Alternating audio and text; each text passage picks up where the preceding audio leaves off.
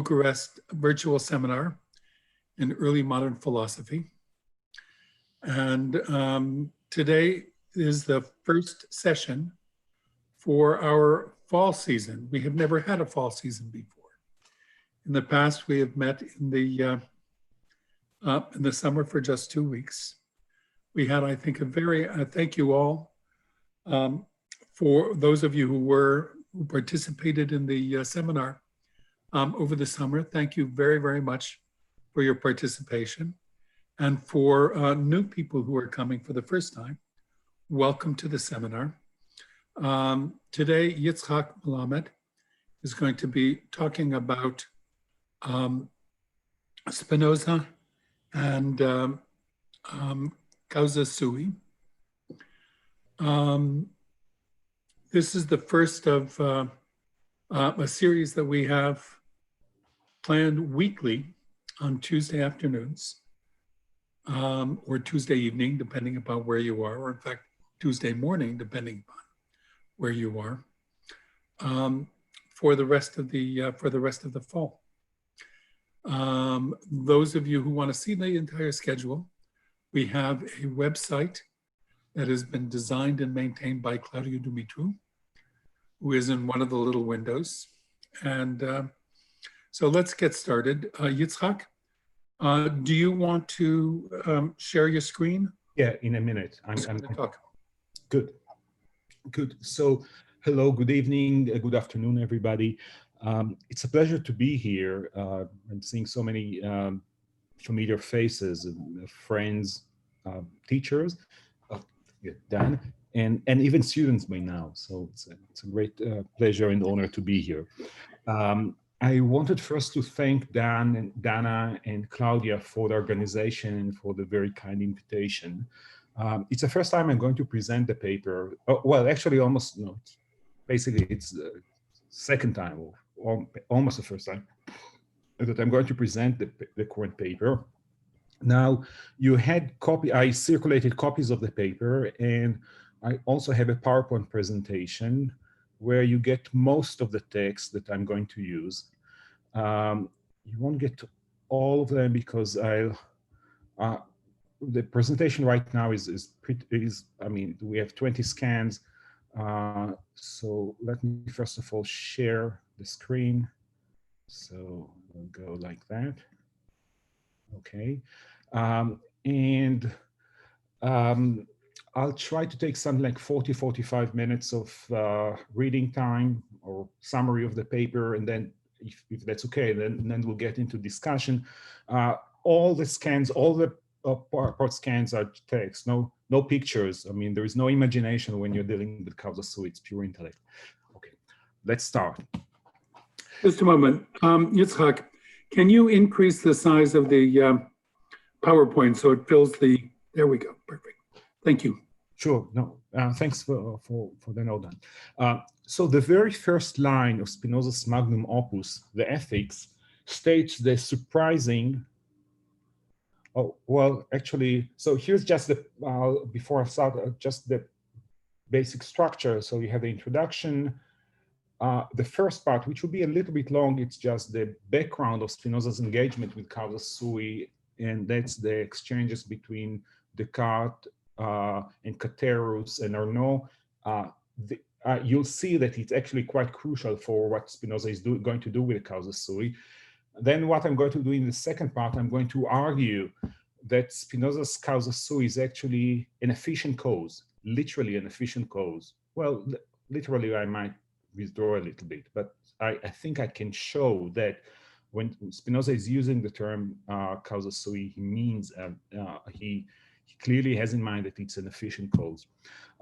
Then what I'll try to do in the third part is actually defend the intelligibility of the notion of efficient reflective cause, right? I'll try to show that I'll raise something like 5 or 6 objections to the claim that God is Causa Sui, Causa Efficient Sui, and at least these arguments are not going to undermine, I think, or are not going to, as far as I can see, are not going to show that the notion is unintelligible or inconsistent. Perhaps there are other problems, but we'll discuss those then. So before we run into many other things, so let's begin with the beginning. So the very first line of the ethics is just a definition of causa sui, right? So the definition reads, by cause of itself, I understand that whose essence involves existence, or that whose nature cannot be conceived except as existing. Per causam sui intellego id cuius essentia involvit existentiam, sive id cuius natura non potest concipi nisi existens. As we shall shortly see, for many of Spinoza's contemporaries and predecessors, the very notion of causa sui was utterly absurd, akin to a Baron Munchausen attempting to lift himself above a river by pulling his hair up. How can a thing cause itself into existence if before the causal activity, the cause did not exist at all, right? How does it work? What kind of hocus pocus is the whole business of causa sui? Indeed, in one of his earlier works, Spinoza himself claimed, and here's a nice text. So he's saying nothing, so the text is the short treatise. Nothing considered in itself has in itself a cause enabling it to destroy itself if it exists. So that's an early version of the conatus, if you wish, or to make itself if it does not exist. So here's a kind of rejection. No, nothing can be something like a causa sui. Moreover, in other early works, Spinoza refers to God as an uncreated thing, res uncreatum. So there is something, I mean, it's not self-creating, it's not self-causing, it's uncreated. Or in another place, he referred to it as an uncreated substance. That's the cogitata metaphysica. Okay. Now, and not in both these texts, in both in the short treatise and in both in the treatise on the emendation of the intellect and in the cogitata metaphysica, you don't have a notion of causa sui. What you have instead is a notion of uncaused or uncaused substance or uncaused uncreated thing. What made Spinoza desert the common traditional view of God as the uncaused first cause or uncreated substance and adopt instead the apparently chimerical notion of God as causa sui?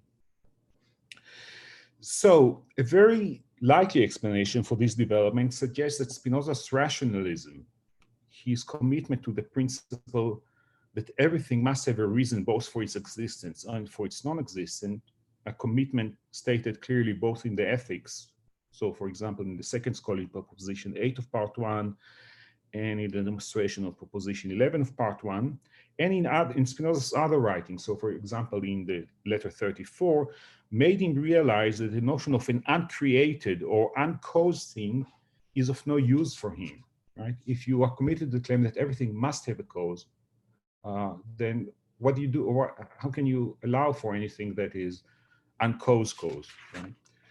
So if everything must have a cause, then the first cause of causes, or whatever, the most fundamental being must be a cause of itself rather than an uncaused cause. Now, all this is well and good, but we should not let Spinoza off the hook so easily, for the immediate question which arises now is whether Spinoza is not simply cheating his readers. Does Spinoza have a reason, namely an argument, that could convince us that causa sui is indeed a more adequate characterization of God and not merely an opportunistic and ad hoc facade for the good old uncaused cause, right? So is it just, giving us some sort of a facade, nothing more, which at the end of the day, there is nothing behind it? While there are many important questions surrounding Spinoza's notion of causa sui, it is the last question which will be the focus of this short paper. In the first part of this paper, I studied briefly Descartes' engagement with the notion of causa sui. In the second part, I showed that Spinoza understood the causation of causa sui as efficient and not formal causation. The third and final part will attempt to locate precisely the alleged problem with the notion of causa sui and consider how could Spinoza defend the intelligibility of this notion. Regrettably, limitation of space will force us to leave the examination of Spinoza's closely related notion of being conceived through itself, meaning self-conception, for another occasion. I mean, we might have some time to talk about it in the Q&A, but I think there are many common elements between causa sui and self-conception, but here I'm going to just concentrate on the issue of causa sui. So let's get into the text itself. Text themselves. Okay, so causa sui in Descartes. Part 1. Proving the existence of God was a stated aim of Descartes' third meditation, right? He's saying that very explicitly. In the course of developing his proof, Descartes notes that whatever, I quote, derives its existence from oneself, as say, is itself God. It's not a definition, but you're saying if something is as say, that's God. Okay. Addressing this claim, Johannes Caterus, a Dutch theologian and the author of the first set of objections appended to the meditation, asked Descartes whether, by describing God's existence as being from itself, he used the expression as, I quote, everyone takes the phrase, end of quote, namely as merely indicating that God is not caused by another, or whether, alternatively, Descartes positively meant that God is its own cause, and thus, I quote, bestow its own existence upon itself, right? That's page 95 in Adam and Tannery. Caterus continued his critique by arguing that the traditional negative sense of the term of being from itself is ill-fitted for yielding the conclusion Descartes had attempted to derive. Caterus did not elaborate on the alternative, namely the positive sense of the phrase of causa sui, that is really granting existence to itself, as he apparently considered it absurd, right? He thinks that it's a crazy view, we know it from before, and thus wished to avoid ascribing it to Descartes. So you have here one case of charity. Don't ascribe, on the case of Caterus, don't ascribe crazy view to the great Descartes. But here awaited him a surprise. Responding to Caterus' query, Descartes writes, and I quote, here's what I'm saying, I did not say that it was impossible for something to be the efficient cause of itself. It can be. At least at the beginning, he seems to be saying that it's possible. This is obviously the case when the term efficient is taken to apply only to causes which are prior in time to their effect or different from them. But such a restriction does not seem appropriate in the present context. First, it would make, meaning when we're speaking about God, first, it would make the question trivial since everyone knows that something cannot be prior to or distinct from itself, right? And second, the natural light does not establish that the concept of an efficient cause requires that it be prior in time to its effect. That's a crucial point, I mean, because the notion of, when we are thinking about efficient causation today, we are all post-Humeans and we think about causation as being spread in time. That's not how Descartes thinks about it. You'll see it in half a second. That's not how Spinoza. I can say also that in the Kant, you have some passages where you can see that efficient causation need not be in time. In the case of Descartes, he's saying, on the contrary, the concept of a cause is, strictly speaking, applicable only for as long as the cause is producing its effect. And so it is not prior to it. So efficient causation must be just this kind of non-in-time production. However, the light of nature does establish that if anything exists, we may always ask, that's a very famous passage, we may always ask why it exists. That is, we may inquire into its efficient cause, or if it does not have one, we may demand why it does not need one. Okay, end of quote. Descartes' response to Caterus is pretty simple. He denies that efficient causation must be spread in time. In fact, he argues, it is, in its strict sense, efficient causation requires that the cause and its effect are concurrent. Thus, one major obstacle to the possibility of self-causation seems to be removed. At this point, Descartes is ready to launch a counterattack on those who deny the possibility of self-causation. So let's go to the next passage. Again, the same first set of responses, and here's Descartes responding to Caterus. He's saying, hence, if I thought that nothing could possibly have the same relation to itself as an efficient cause has to its effect, I should certainly not conclude that there was a first cause. On the contrary, I should go on to ask for the cause of the so-called first cause, and thus I would never reach anything which was the first cause of anything else. However, I do readily admit that there can exist something which possesses such a great and inexhaustible power that it never requires assistance of anything else in order to exist in the first place, and does not require any assistance for its preservation. So it is, in a certain way, its own cause, and I understand God to be such a thing. So let's unpack this passage. So if I understand the first two sentences of this last passage correctly, Descartes asserts here that the only alternative to self-causation is an infinite regression of causes. The possibility that God, qua first cause, simply has no cause, meaning that it has some sort of brute existence, having no cause, is not considered a viable option in this passage, apparently, because it would constitute a blatant violation of the ex nihilo nihil fit principle, which Descartes clearly endorses. We have many passages where Descartes is, I think, making this endorsement of the ex nihilo nihil fit principle. True, even in this passage, we sense a certain hesitation on Descartes' side as he qualifies the claim that God is its own efficient cause by a modifier, quadomodo, right? So, quadomodo. So it's in a certain sense. Still, we should take notice that in this passage, God is not described as having no cause, but rather it is God's inexhaustible power. And pay attention again, it's power, a causal faculty, right? Which explains what God needs no other assistance or cause for its existence. So at least in this text, it seems that, what do you mean when you're speaking about God's inexhaustible power? Power is causation in a way. This stage of things seems to change slightly in the axiomatic excerpt, which appears at the very end of the second set of replies, right? You know, remember this poor, more geometric representation by Descartes, where Descartes is saying that's how you should not do philosophy. Here, Descartes posits the following axiom.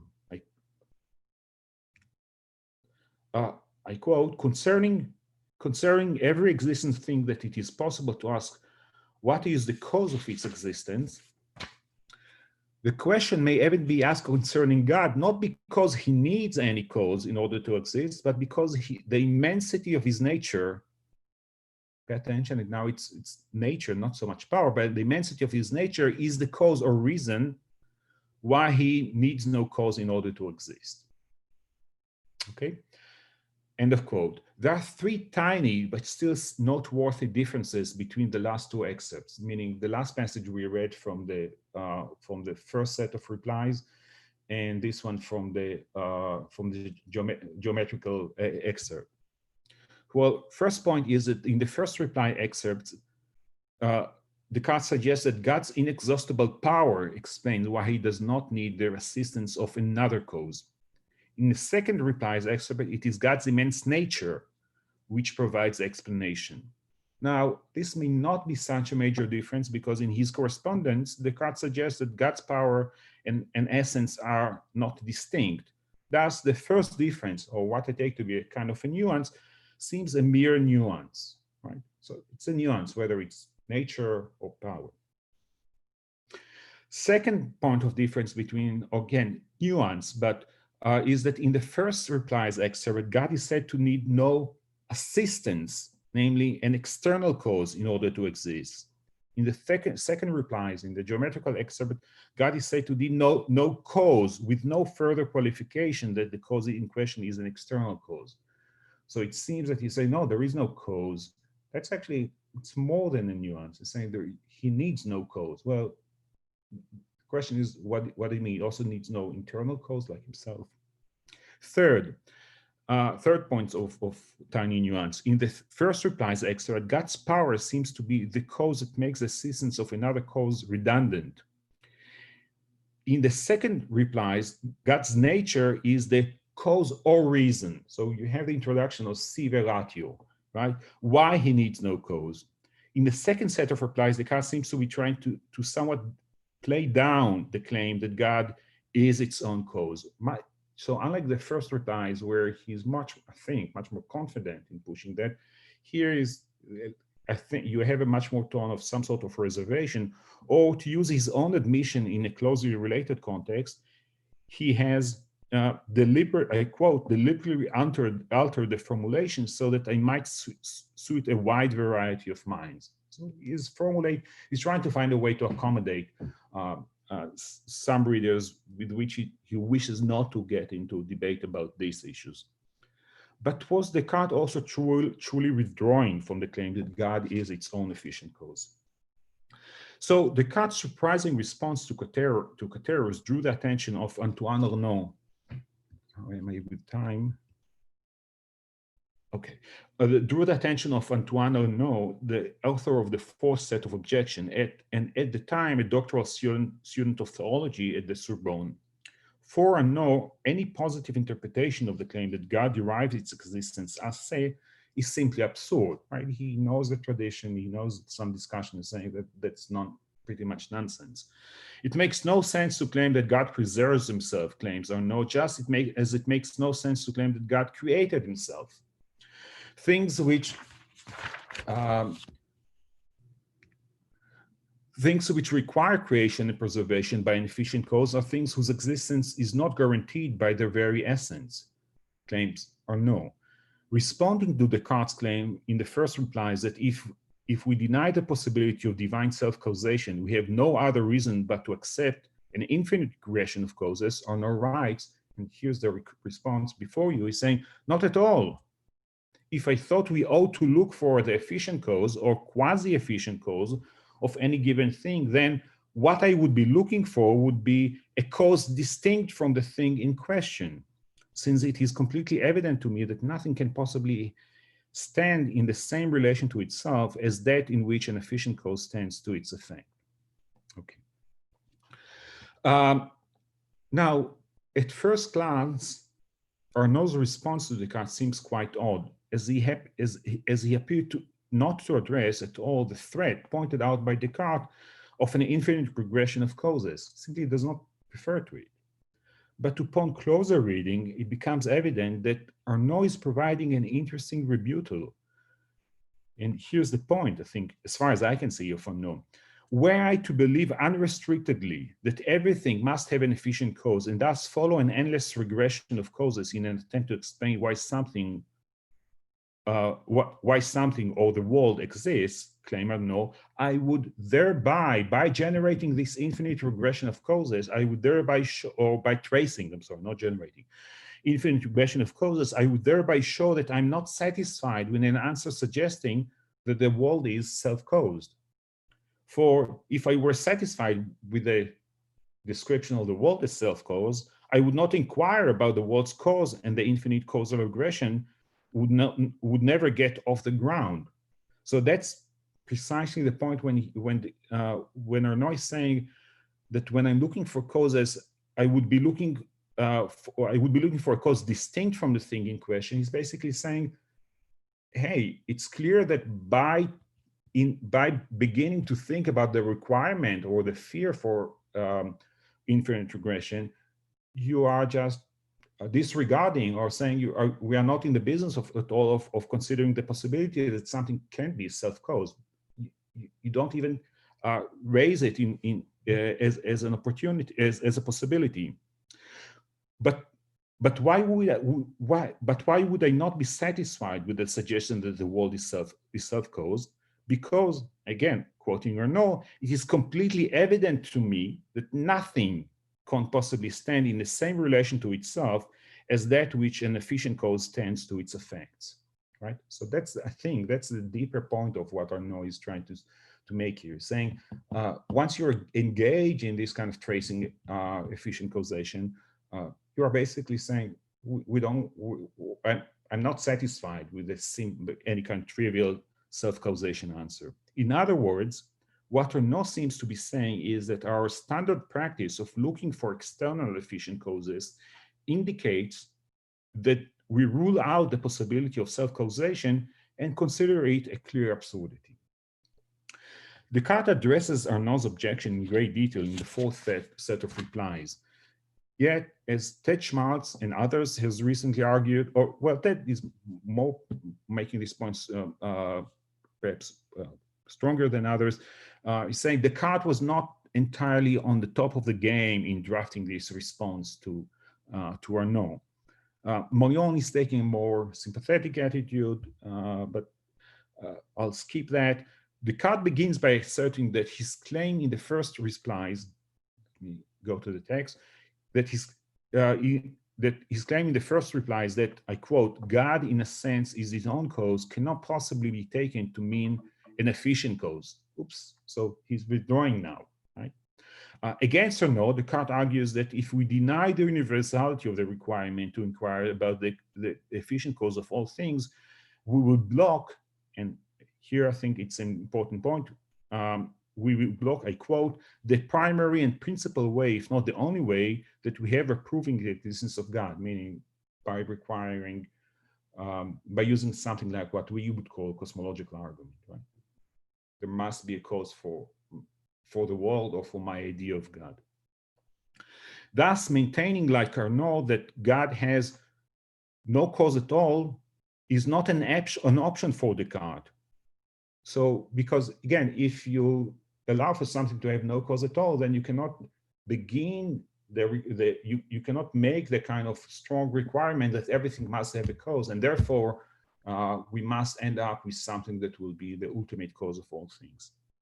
Instead, Descartes suggests the following observation. So let's see. Yes, okay. So here's what Descartes is saying. Those who follow the sole guidance of the natural light will be in this context spontaneously form a concept of cause that is common to both an efficient cause and a formal cause. That is to say, what derives its existence from another will be taken to derive its existence from that thing as an efficient cause, while what derives its existence from itself will be taken to derive its existence from itself as a formal cause. That is, because it has the kind of essence which entails that it does not require an efficient cause. So here it seemed for a minute that Descartes is admitting that self-causation would be as a formal cause, right? Because it has, insofar as God's essence is existence, so it seems that it's a formal cause which is doing the work. For Descartes, the proper cause of essence, the proper causation of essences is formal, not efficient. And that's a statement he's making page 243 in the Adam and Tannery.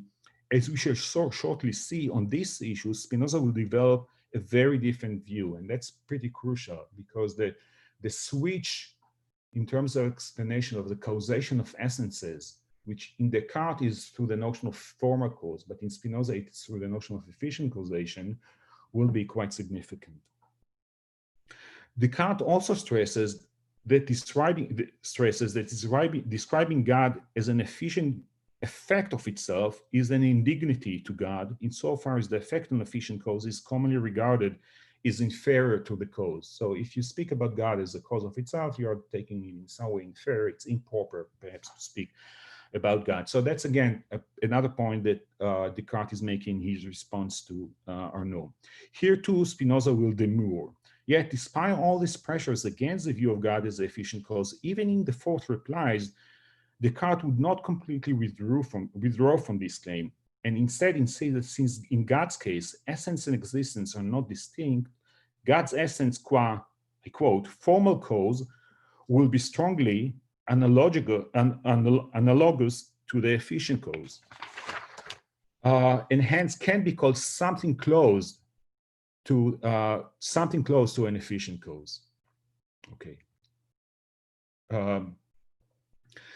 It is not completely clear to me why Descartes insists on defending a scaled down, this kind of pretty poor notion of efficient causation, or pretty poor analogical version of his claim that God is an efficient cause of itself, right? He's attacked, first defending this view, then scaling back the strengths and defending some sort of a very much milder version of that, especially given the fact that for the scholastic, this view was almost an anathema. Perhaps I'm too strong in saying that it's almost an anathema. It was not very, I mean, it was taken to be problematic at least. Now, what was Descartes' reason? Again, I think that he thinks that that's the main way, the main path to proving God's existence. So he does not want, if he's going to weaken the demand that everything must have an efficient cause, then he could not actually prove, or at least that's the official claim of his, he cannot prove God's existence. Perhaps it was the threat posed to the possibility of proving God's existence once the universality of the demand for explanation through different causes is revoked. That made Descartes dig in his heels and insist that there is still a sense, analogical and non-literal as it is, in which even God has an efficient cause, or if we adhere to Descartes' formulation, God is his own efficient cause. All this is just the background. I mean, it's almost half of, actually it is half the paper, but it's the background because now we will move much faster. So what I'll show in the next in the next 2 pages is, I'll argue that Spinoza's Causa Sui is an efficient cause. So let's start doing the work. I'll try to be as fast as I can. The young Spinoza must have watched Descartes struggle with the notion of Causa Sui with great interest. We know for a fact that Spinoza read the objections and replies quite carefully, and as he frequently cites them in his own works. I mean, I gave some passages. I mean, I think we have already seen that in his early treatise on emendation of the intellect, it's, section 97, and the Cogitata Metaphysica. And in both of these places, Spinoza was not yet ready to introduce the notion of Causa Sui, right? So that's the early text. He instead would refer to God as an uncreated thing or an uncreated substance. One passage in the treatise on emendation of the intellect comes close to endorsing the notion of Causa Sui. You just have it before your eyes. And what you see here that he's saying, that thought is also called true, which involves objectively the essence of some principle that does not have a cause and is known through itself and in itself. So here, the said principle has no cause, right? Again, no cause, but yet it is conceived through itself. So it's somewhere in the middle. The Cogitata Metaphysica, an early text of Spinoza that may or may not represent his own views at the time. I think sometimes he does, sometimes he doesn't. Also rejects the notion of divine continuous self-creation. So creation is in many ways is just the language of the Cogitata Metaphysica to speak about causation, or well, divine causation. Okay. In the short treatise, we have a switch. So the notion of Causa Sui is already appears explicitly in the text, though in a relatively marginal note. So in this context, Spinoza does not miss the opportunity to scold Aquinas for holding that God has no cause, and I think he's saying that very explicitly. So here's the passage from the short treatise. Oops, I'm sorry.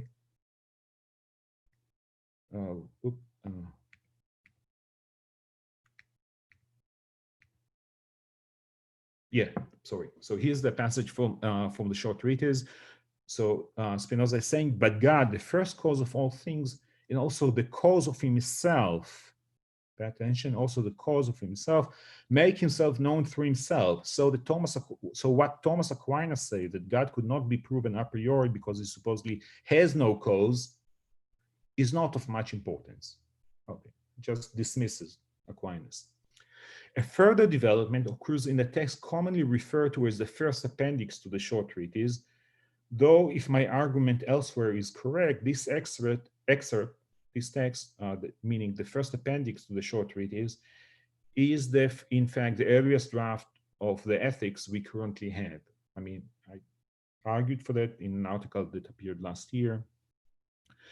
In this text, in this short geometrical presentation that constitute the first appendix to the short, or that could call the first appendix to the short treatise, Causa Sui appears as a key concept already. It's pretty central in this text, much more than in the short treatise, and it appears in the sixth axiom of the excerpt of the geometrical excerpt. And here he's saying, what is the cause of itself could not possibly have limited itself. There is an interesting story about limitation. I'm not going to go there. Now we go to the ethics. So the ethics opens with the definition of Causa Sui, as we all know, the first definition of part one and the entire book, in a manner that seems almost nonchalant. So sometimes I can tell you that I was sure that, you know, it's a kind of a trick of Spinoza. You're saying, okay, if you're willing just to bite the bullet and buy that kind of claim, the first line of the ethics, then everything will go fine. So perhaps, you know, it's a kind of I don't know, kind of a rhetorical device of feeding you the most problematic claim of the entire book just without you being aware of that. But I don't think that's the case, by the way. So, but that was at least my suspicion for a long period of time. It does seem begin with a definition of causa sui, as if it's not a problematic notion. What kind of causation is the causation of causa sui in the ethics?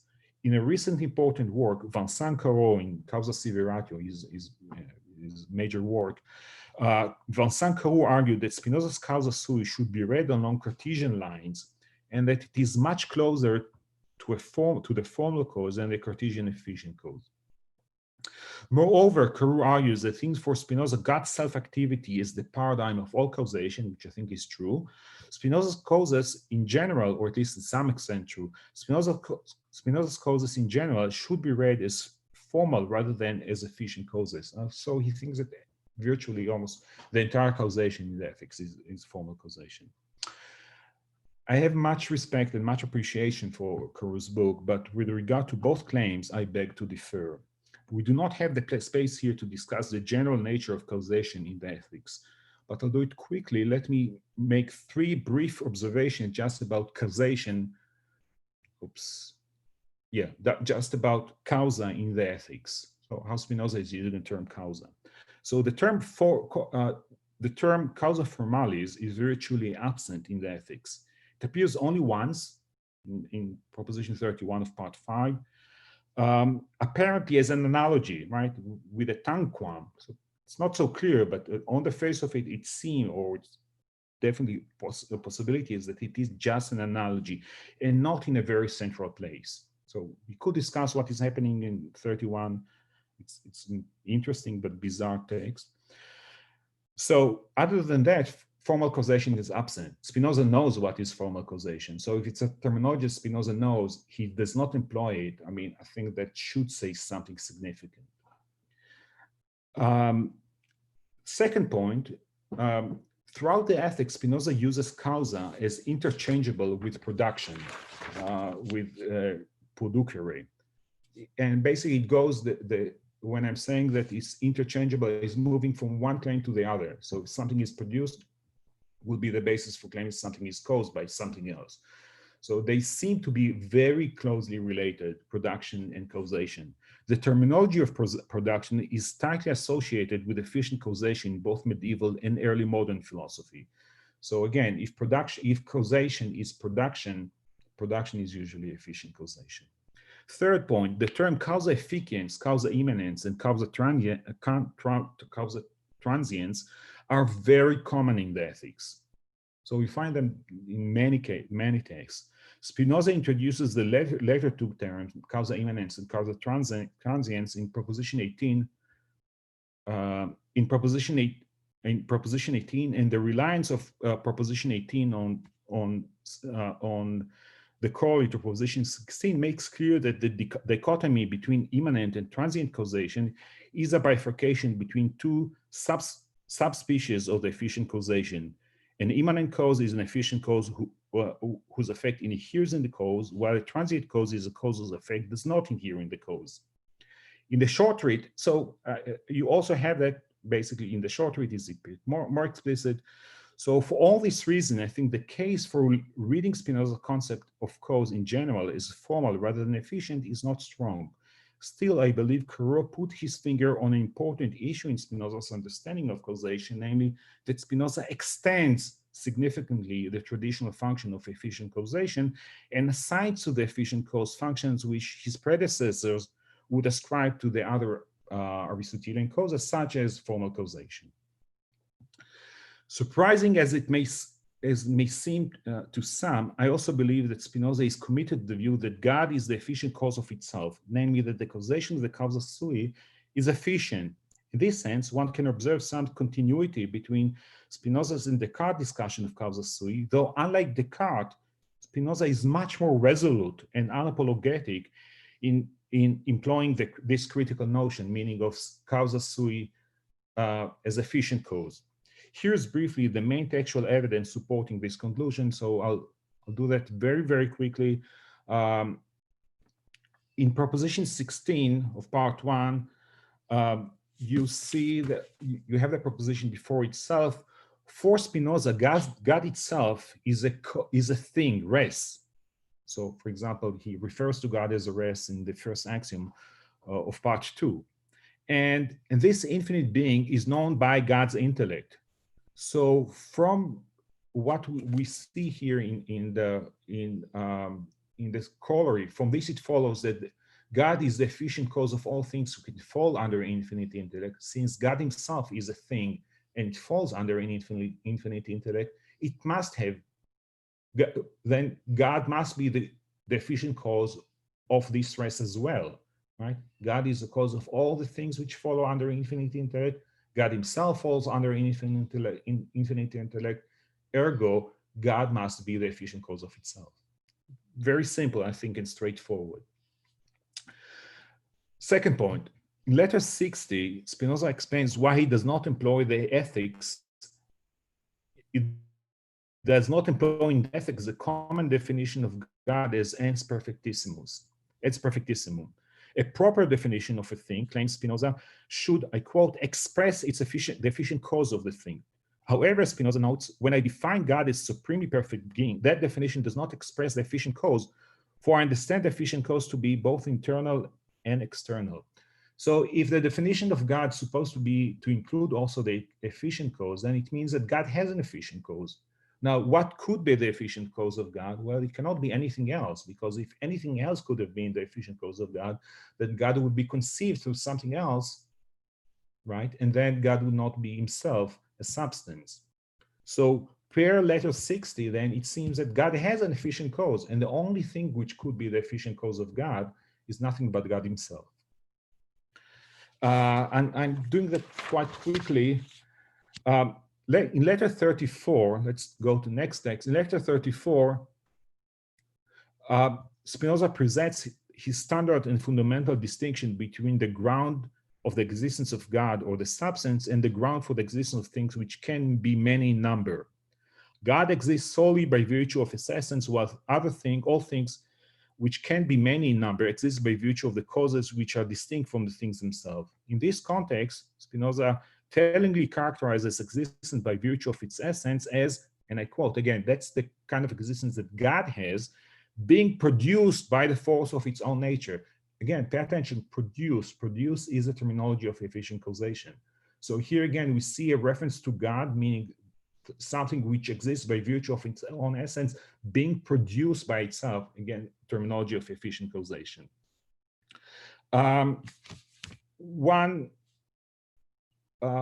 Next quote. I'll do one more text and then we move to the last part. In proposition 25 of part 1, Spinoza argues that God is the efficient cause not only of the existence of things, but also of their essence. And of course, a major question would be, okay, what about the essence of God? Well, there must be a cause for the essence of God. Now, it cannot be anything else but God, because if the essence of God would be caused by something other than God, then God would be conceived through something else and would not be a substance. So, per proposition 25 as well, God must be the efficient cause of the essence of God himself. Now, insofar as God's essence and existence are one and the same, so again, we have per proposition 25 a proof that God is the efficient cause of itself. Okay, again, God is the efficient cause of the essence of all things. God must also be the efficient cause of the essence of God, because God is a thing, a res. Given these four texts, I think that we have, the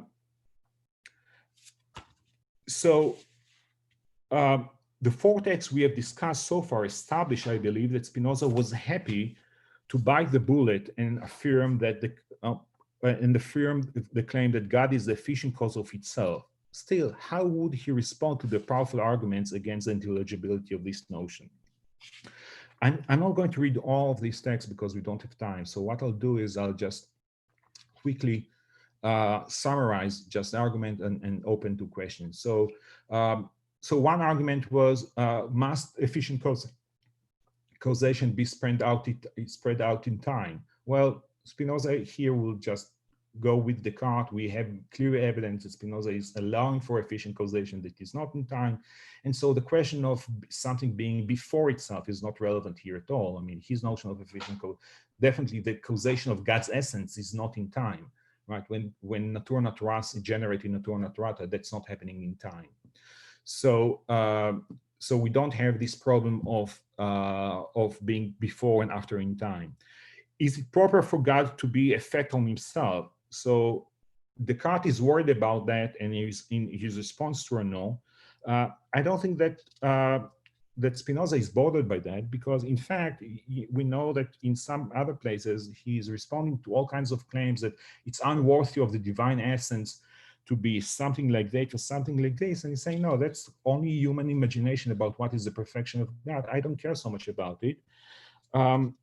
And especially he would say that if God is acting only by itself, right? So when he's discussing the possibility that God divide itself, he's saying there is no problem with the notion of being acted upon itself. That's very explicit. So there is nothing unworthy about God being acted on itself if God is dividing itself. The point is in page 16, Gebhardt, lines 13 to 15. That's the scholing to proposition 15 of part 1. Is it contradictory to be both cause and effect of itself? So we have this claim in Aristotle and also in Aquinas that a thing cannot be at once in act and in potency with respect to the same thing. So for the Aristotelian, causation is a movement from potentiality to actuality. From this perspective, Causa Sui seems to be a state in which a thing is and is not actual at the same time and in the same respect. And that's a very common objection that you find in medieval philosophy against Causa Sui. This argument too seems to be ineffective against Spinoza's notion of Causa Sui for 2 reasons. First, we have seen before Spinoza would deny that efficient causation requires time, but since movement and change presupposes time, so any kind of actualization, I think, will require time, efficient causation does not involve either change or movement. Not necessarily, at least. I mean, you can have efficient causation which is not requiring change or movement. Secondly, Spinoza dispenses with the Aristotelian notion of potentiality. We have several passages where he's making this this critical point, and thereby also reject the Aristotelian view of causation as a movement from potentiality to actuality. So the framework of this objection of the Aristotelians is not valid for Spinoza. You cannot come and tell him, oh, something is both potential and actual at the same time. He's not playing this game. Okay. I'm going to skip one objection. It's more internal to Spinoza, but I'll say one more thing, and must the cause differ from the effect in essence and existence? Spinoza is saying actually opposite things on this issue. It's an absolutely interesting topic, but we are out of time, so I'll put that aside. Can God be less perfect than itself, right? So it seems on the face of it that for Spinoza, immanent causation involves a situation in which one thing is less perfect than another. So a mode, for example, being immanently caused by the substance is less perfect than the substance. He makes this claim at the beginning of the appendix to part 1. My correction is that I think it depends on whether the immanent causation is an immanent causation that is in another or in alio. In another or in se. So when it is a case of, the correction is basically yes, when it is a case of an in alio immanent causation, then you have a difference of perfection between the cause and the effect. The effect is less perfect than the cause. But when the immanent causation is causation that is completely reflective, Spinoza would not have any problem with the notion of self-causation, because the perfection is not supposed to go down. I mean, you don't have this kind of difference. Difference is generated by the situation of immanent causation in alio. Okay, I'll skip most of the conclusion. I'll just read. In this paper, we have studied Spinoza's extraordinary notion of efficient causation and the Cartesian background of this discussion. I've argued that unlike Descartes, Spinoza was unapologetic in his willingness to defend the notion of God being the efficient cause of itself. The introduction of causa immanens and the view of causation of essences as belonging to efficient causation created the conceptual space required for sustaining the notion of causa efficiens sui. So basically what Spinoza had and Descartes didn't is the notion of causation of essences as efficient causation, and this kind of notion of immanent causation. Now, does that solve all the problems about causal immanence? No, it's not. It doesn't at all.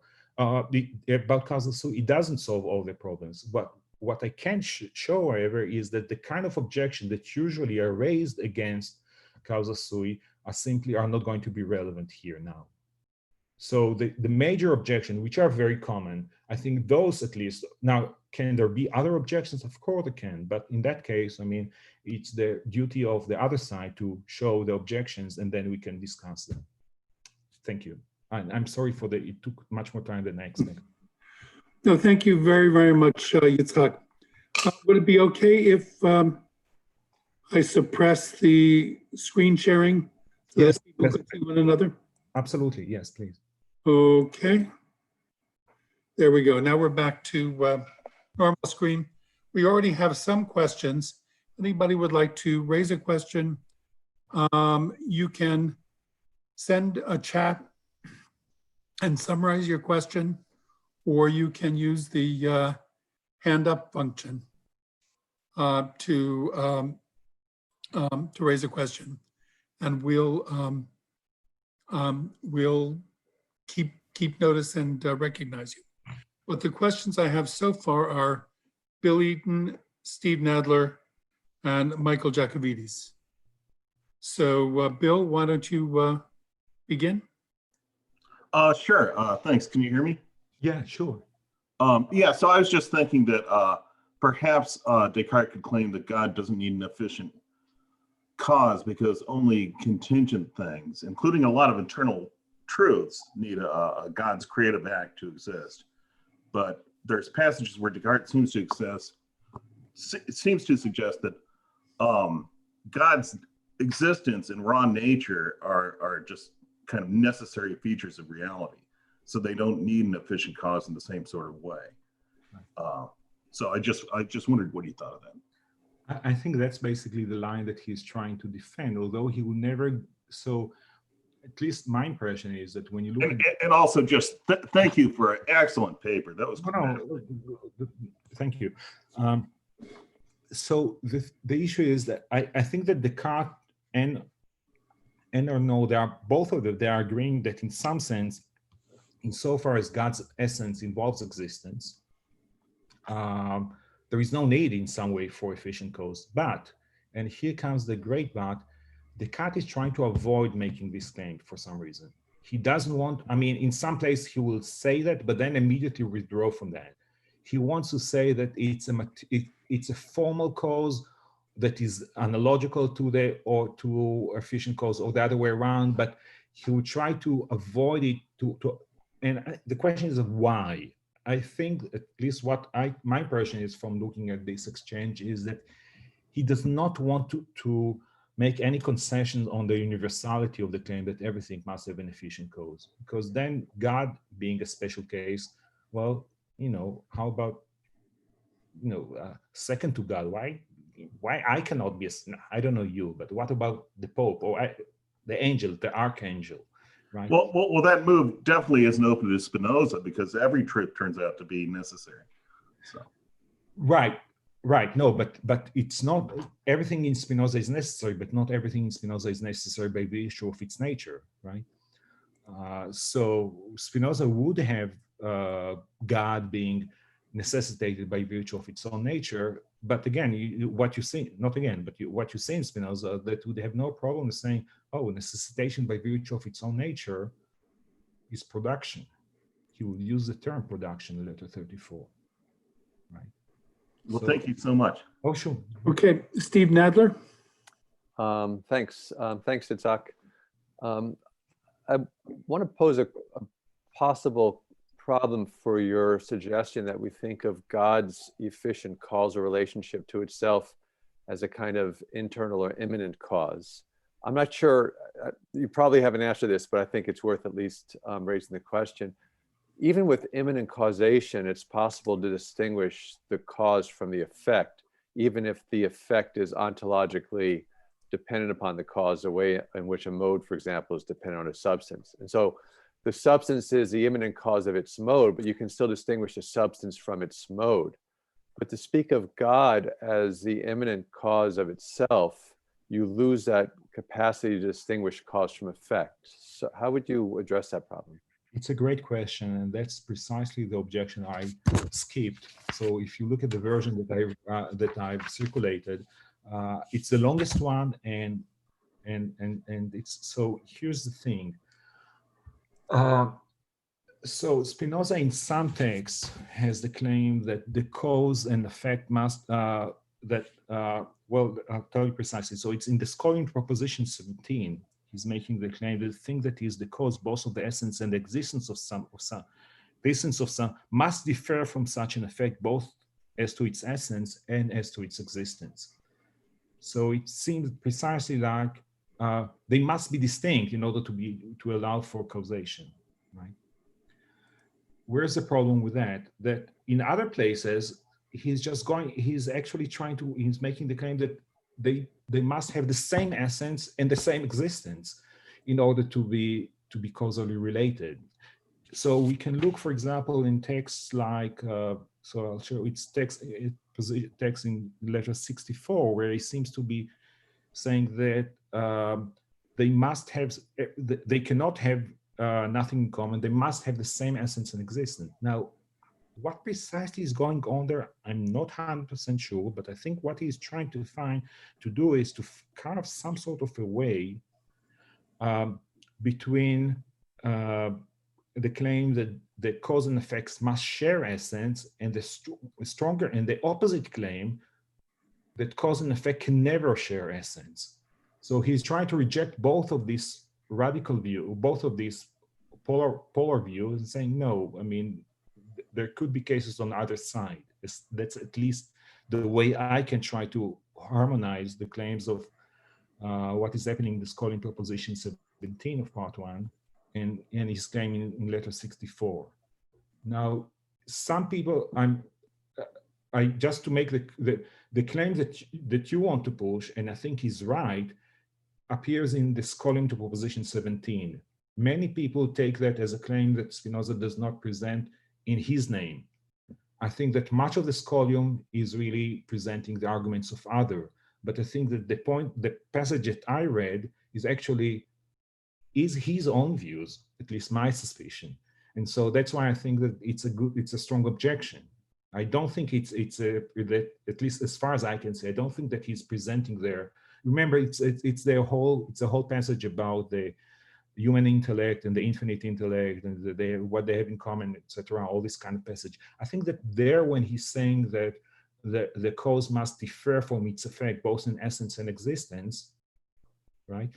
I think that, as far as I can see, I think that in this passage we need to read it line by line. But I think he's presenting his views, at least at some point. But it's inconsistent with his claims in other places. And I think that we don't have, again, we don't have any evidence that in any other place Spinoza will make the claim that that cause and effect cannot share the same essence or existence. All right, thanks. Thank you very much. Michael Jacovidis. You have to turn on your microphone. I like to talk. Could I take you up on your offer to explain Spinoza's talk of formal causation in 5p31? Yeah, so I'll be honest. I mean, I'm not 100%. So here's what I can tell. Let's do that. But as you know, what is happening in proposition 30, 31, 32 of part 5 is not so trivial.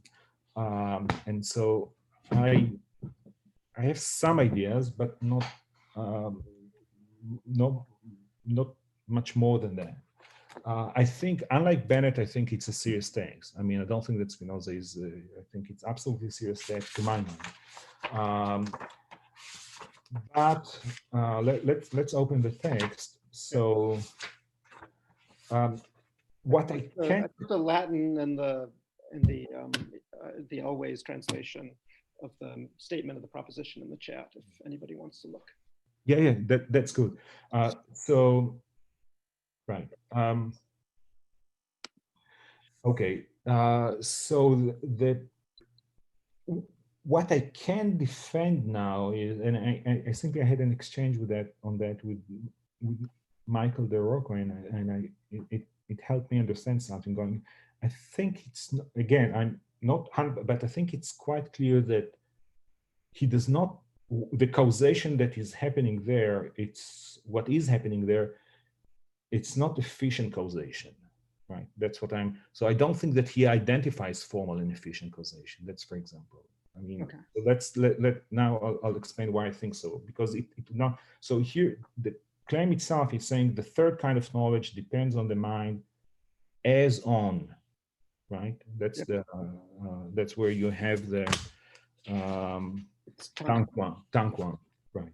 As on a formal cause, insofar as the mind itself is eternal. Now, now,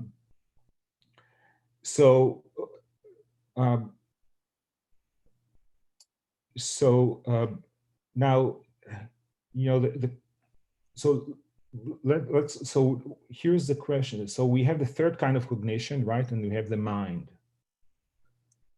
Yeah. Right?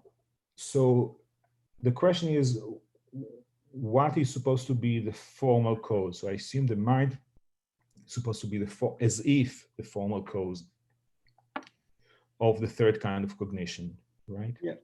Right. Okay. Now, where's the problem there? So again, I think that's, for me, some of the problem. Usually, the form is supposed to inhere in that which has the form. Mm-hmm. That's not what is happening here. That's definitely not the case. I mean, the mind is not a mode of the third kind of cognition. Okay. If anything, it's not going to be, yeah, I mean, not in Spinoza's sense of mode, of course. Yeah, no, but I'm saying the mind is not going to inhere in the third kind of cognition, right? I think for a while I was thinking it's the other way around, the third kind of cognition here, and I withdrew from this claim because I think it's probably wrong. Yeah, well, hold on. I mean, it's the third kind of knowledge depends on the mind, right? So if anything was a mode of anything, the third kind of knowledge. Oh, okay. Right. Right. But then comes the question of to what extent you can. So what precisely is the formal cause is doing there? Yes. Right. And I mean, my suggestion again. I'm saying it's not something I'm happy with. I think that the formal cause, perhaps in some way, will indicate the perfection, the fulfillment, the just, or something like that. Is that adequate? I'm not sure. I think that I think my suspicion is that there's quite a few problems with this notion here. Mm-hmm. One of them, for example, is, you know, the issue of which one inheres in which one is the cause of which. Okay. I mean, it's obviously, it would be unfair for me to ask, explain the eternity of the mind in part 5 of the ethics. I just meant, you know, you seem to have a notion of formal causation, or if you want to lean on one way of taking tanquam, something like formal causation. And if you don't think it's efficient causation, I guess the question would be, could that be the relevant notion of causation when Spinoza says that God is the cause of himself? Spinoza has a notion of form. I mean, he's using form more than once. I mean, not a lot, but he's using that, right? I mean, I think that he has some problem with the notion because he does like, first of all, you know, that many elements from the Aristotelian picture are thrown out, but not all of them, right? So Spinoza is getting rid, to my mind, of teleology. I mean, I know that many people disagree with me, but I think that he's pretty strict there. He is getting rid, I think, of prime matter, right? I mean, we have passages where I think he's basically just throwing it out. But the interesting thing is that he's conserving the notion of essence, right? So how you conserve the notion of essence without teleology and with some sort of scaling down some notions of form. I mean, I think it's an interesting story that is happening here. Now, what does it mean as on a formal cause? Again, I think, but it's nothing more than a gut reaction. I think that the formal cause is perhaps the perfection, the virtue, the functioning in its full capacities. Okay, and so irrelevant to his account of God as the cause of himself, that there's no useful thing I don't here. think so. There cannot. Okay, so, well, first of all, I think it's pretty. I mean, if it were efficient causation, it would have to be immanent causation. But if it were immanent causation, then it would be the third kind of cognition would have to inhere in the mind. But that's precisely the other way around here, right? I thought for a while that perhaps it's this kind of reverse order. I don't think now, after having some exchange with Michael, I think that they have the mind and the formal, the mind and the third kind are perhaps, if you wish, they're formally distinct. They are in some way very close. I think that the meaning here would be he would probably try to suppress any association with inherence that you have usually with form, and would try to say that basically that the mind in its perfect functioning is the third kind of cognition, perhaps. Yeah. Thank you. But I'll be, you know, again, it's for me, it's still an enigma. I mean, just to keep. Okay, thank you. Okay, Aaron Wells. All right, thank you. This isn't really an objection to anything you defended in the paper. It's more of an invitation to expand on something that came up at the end, which is this idea of something that is an immanent effect in itself rather than in another. It seems like potentially this involves a commitment to reflexive inherence of some kind, and that might be the pathway to avoiding some of the difficulties in Causa Sui if it's understood in a transient way. But then, yeah, I guess I was wondering, like, both textually and philosophically, what would a substance inherent in itself, what would sort of support that idea? Okay, so I you know, as it happens, once you start reading a paper, you think it's a short paper, you're sure it will be just 30 minutes, and then you see that you read 30 minutes and it was just 30, so that's why I skipped it. But the point is, if you read the first two paragraphs of the appendix to part one, Spinoza speaks there about the causation or the production of the infinite modes. And he speaks about how each level is somewhat less perfect than the other. This point is supposed to serve his claim about why teleology is wrong. So there is some sort of depletion of the level of perfection the more distant you are from the absolute nature of the attribute or something like that. Now, it's an interesting phenomenon because one thing, it is actually a very nice violation of the principle of sufficient reason, if you wish, right? It's a place where the effect is much less real than the cause, right? And generally, when you have an in alio inherence, I'm sorry, in alio immanent causation, that the effect is going to be less real than the cause. You don't have the kind of conservation principles that perhaps the PSR is supposed to be associated with. So the PSR basically is just working on the level of transient causation, just to my mind. I mean, why it is the case, it's an interesting question. We can now, so the objection I tried to raise there was basically saying, well, if you have this depletion of perfection, the question is whether this depletion of perfection is built into the very notion of immanent causation, right? And if it were built into the notion of immanent causation, then insofar as God is the immanent cause of itself, then it would be less perfect himself, and that's impossible. That's an absurd. And I think that what we can see is that the only place where Spinoza is speaking about depletion of perfection. Now, I'm doing an induction on one case, so that's, take it as it's a disclaimer. But the place where Spinoza is speaking about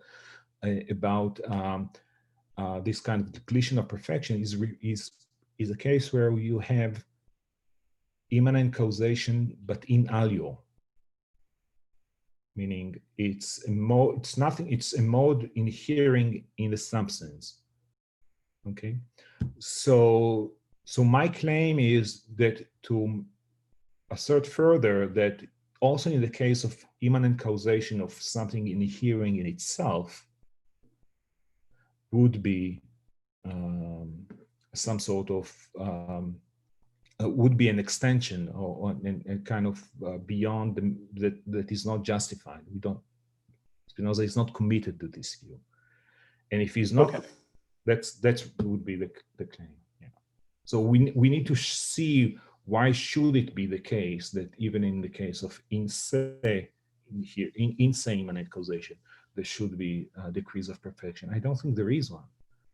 That's the point. But then doesn't it mean that God can't be the immanent cause of himself? No, he can't. Conceiving himself? Because then you'll have two kinds of immanent causation. You'll have immanent causation. So you have immanent causation is basically a combination of inherence and efficient causation. Okay. Now, Spinoza is basically, we have plenty of texts where he's saying immanent causation can be internal, and he's also saying that in the context of saying that God must have an efficient cause. So it's clear that he's referring to a place where God is supposed to be an internal efficient cause. Now, is it the case that you have inherence? So is it the case that you have inherence that is in itself and inherence in another? Yes, of course you have that. That's precisely the distinction between a substance and mode. So the difference in terms of perfection is the result of the inherence element in immanent causation, right? And when the inherence is in another, right, then you have different degrees of perfection. When the inherence is in itself, you don't have. All right. That's I think the simple story. Thank you. I'm going to insert my own question in here at this point. Sure. Thank you very much, Yitzhak, for a very challenging paper about a very challenging idea. One of the things, you've discussed a lot, a number of passages, Ethics 1, Proposition 16, Corollary 1, Ethics 1, Proposition 25, a couple of letters, 34 and 60, where you give very convincing passages to establish that Spinoza thought that God was the efficient cause of himself. The one passage that you really discussed very, very little is Ethics 1, Definition 1. Absolutely. Very beginning. And that, of course, reads, by cause of itself, I understand that whose essence involves existence, that is, that whose nature cannot be conceived unless as existing. Now, this looks like almost, textbook definition of what a formal cause is. right?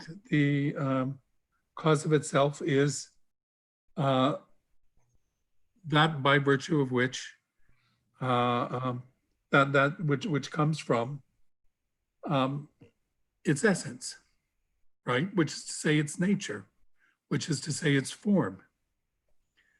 In the other places where Spinoza talks about God as an efficient cause, he does not refer, so far as I can see, to this definition.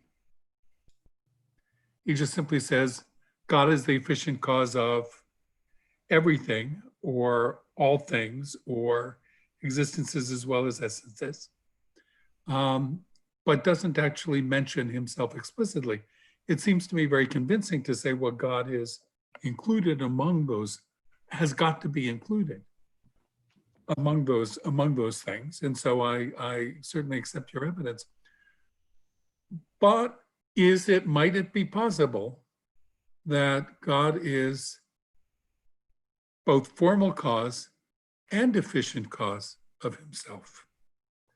Which is to say that as Causa Sui is efficient cause of himself, but that's not to say there isn't another sense in which he is efficient cause of himself, but as efficient cause of himself, he does not count as Causa Sui in the explicit definition of definition 1. And it's a sort of a crazy idea, but thinking about how it is that you can put these passages together, is there a reason why it is that something couldn't have both a formal cause and an efficient cause? Okay, no, I think it's a great question. So I think there are 2 points which seems to me quite significant. First of all, Spinoza knows the term causa formalis. I mean, he knows it very well, right? And the fact that listen, I mean, I'm not afraid of doing a little bit of anachronism when I'm saying here, there is a term here, for example, idea aspects, right? Yeah. It's not in Spinoza, but I think it's not available to him in his time. And therefore, I think that I suggest that, no, it's a term that he is not aware of, or at least not so much, and that it might capture, I think, something like what is happening. Now, it's a different thing to claim that here is a term that Spinoza is well aware of, really well aware of. I mean, he read Aristotle, he read scholastic philosophy, he knows the term very well, and he barely uses that. So I think that's significant. I mean, now, all this being said, I think that there is something which I agree with your point and also with Carol's point, and that's that there is a sense in which his efficient causation is imperialistic. I mean, it is becoming more and more things are becoming part of efficient causation, and he's replacing the functions of formal causation. But is there a text where I think that you can see that proposition, that definition 1 is efficient causation? I think there is one. I didn't mention. I skipped that because I think I did discuss it in the paper, but or perhaps I'm not. I'm not sure. But yeah, I think there is one. And let's have a look at what is going on in proposition 6 and 7 of part 1. Part 1, right? So.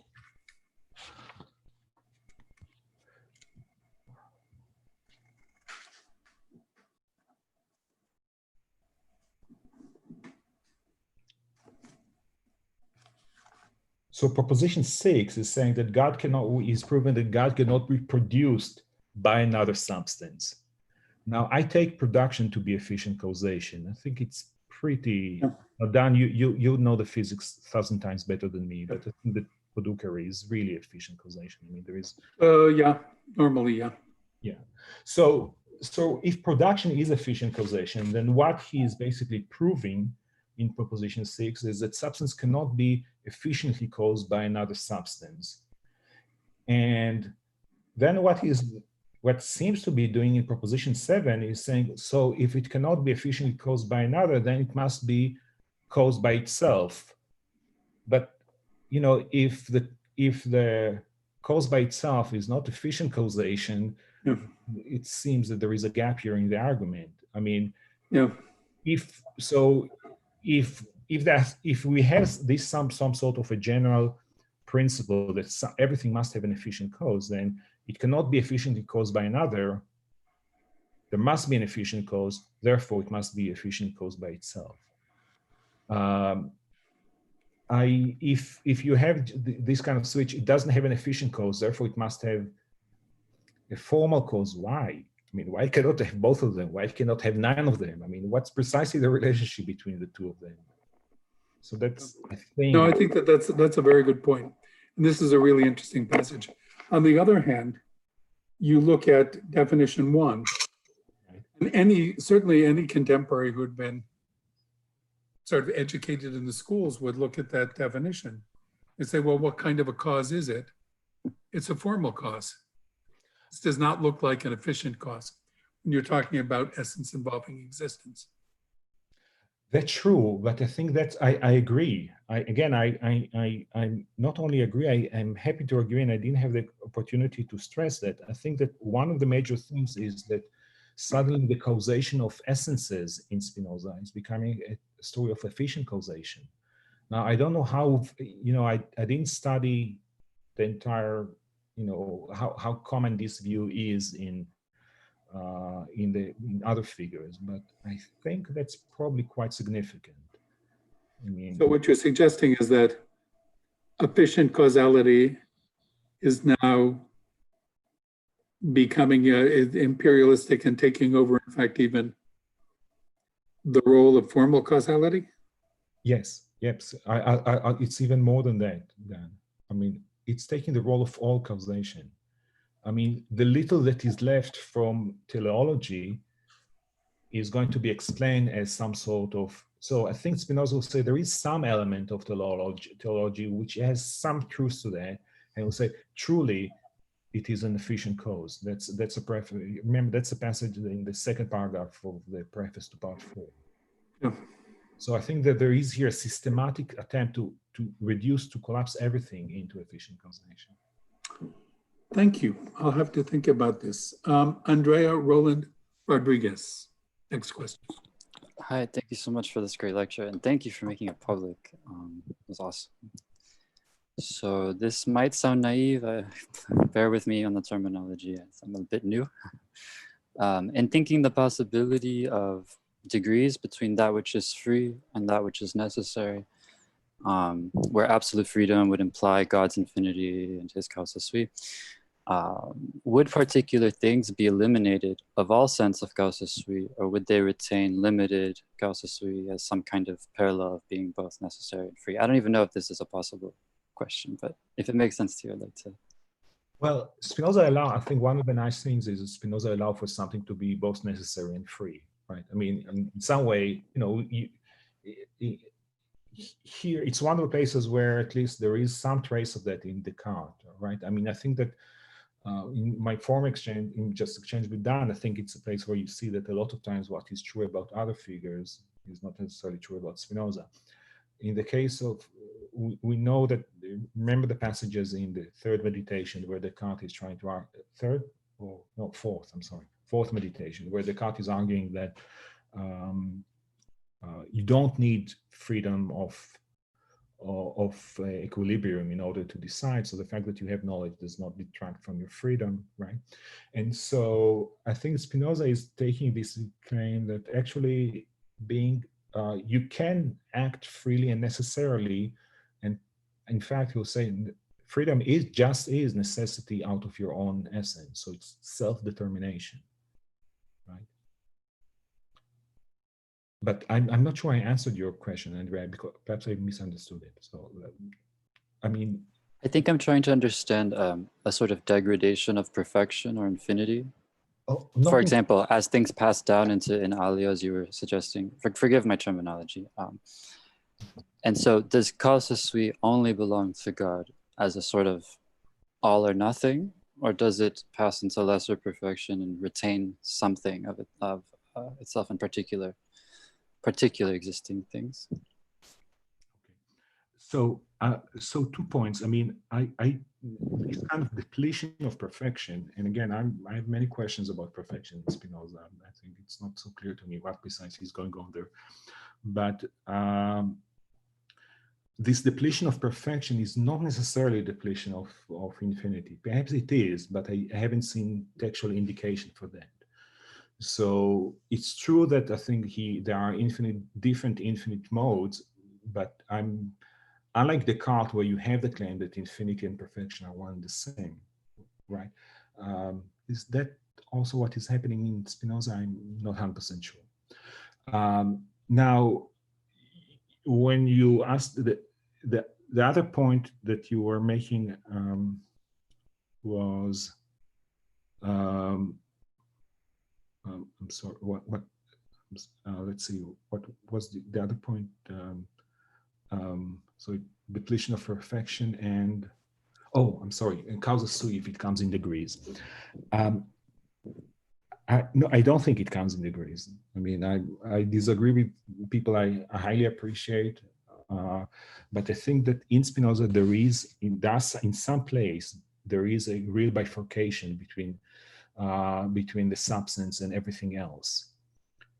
So, and there are passages where you say, well, there is no proportion between God and everything else, right? So it's a medieval view, but I think that Spinoza seems to be happy with it. So I don't think that modes are necessarily quasi-substances or something like that. I mean, we can talk more about it, but I don't think that, if you take a mode, inflate it, you'll get a substance. No way.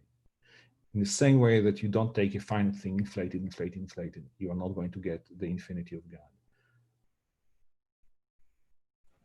Thank you. That makes sense. Great. Next on the list, Emanuel Costa. Hey, Emanuele. Hi, Yitzhak. Thank you so much for your paper. Can you hear me? Yes. Sometimes my mic goes low. Yeah. You don't need to shout. You are in Sicily. Okay. I was just reflecting on one thing. So, if we are defining Causa Sui as the ability to be both the cause and effect of one's own action, so God is the cause of itself and the effect of itself, I'm guessing. Would this create in any way any passivity in the notion of God? And if so, how do we still maintain that God, properly speaking, is natura naturans? God's the substance and its attributes, and then natura naturata, which is the passivity side. I would imagine that's the effect. But if it's the cause of itself, shouldn't it be coinciding in some way? That's kind of the lines I'm wondering about. Good. So are we claiming an identity of cause and effect? And if so, how do we create the distinction? So I think that, so one model might try to say something like Causa Sui is just the natura naturans generating natura naturata. I don't think that's what is happening there. I mean, I think that natura naturans generating natura naturata is immanent causation, but not insofar as natura naturata is a mode, it's less perfect. So if it were the case, then you have, for example, the problem of something being more or less perfect than itself. It won't be Causa Sui in the strict sense.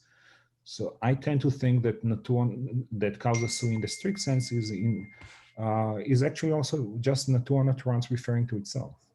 That's I think. Right. So in that sense, go ahead. I guess what I'm trying to say is, no, sorry. I'm just wondering, how do we differentiate the two kinds of effect at this point natura naturans have, itself and naturata? Right. So that, well, let's see. So it's not trivial. So I answered you that the distinction between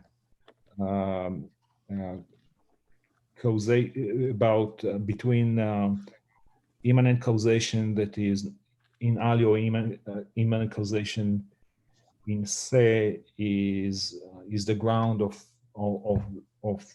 the causation we're talking, and you asked me just how do you explain this kind of basic distinction between these? Yeah, what's the sufficient reason for the bifurcation of the effect?